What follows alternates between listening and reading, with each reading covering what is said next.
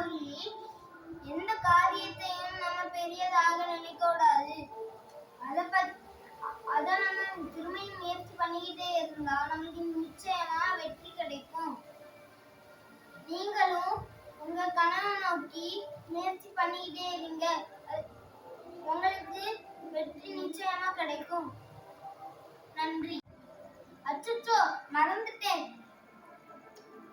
Grow with Hani சேனலை subscribe பண்ணுங்க, like பண்ணுங்க, என்ன மாதிரி குட்டி பசங்களுக்கு ஷேர் பண்ணுங்க.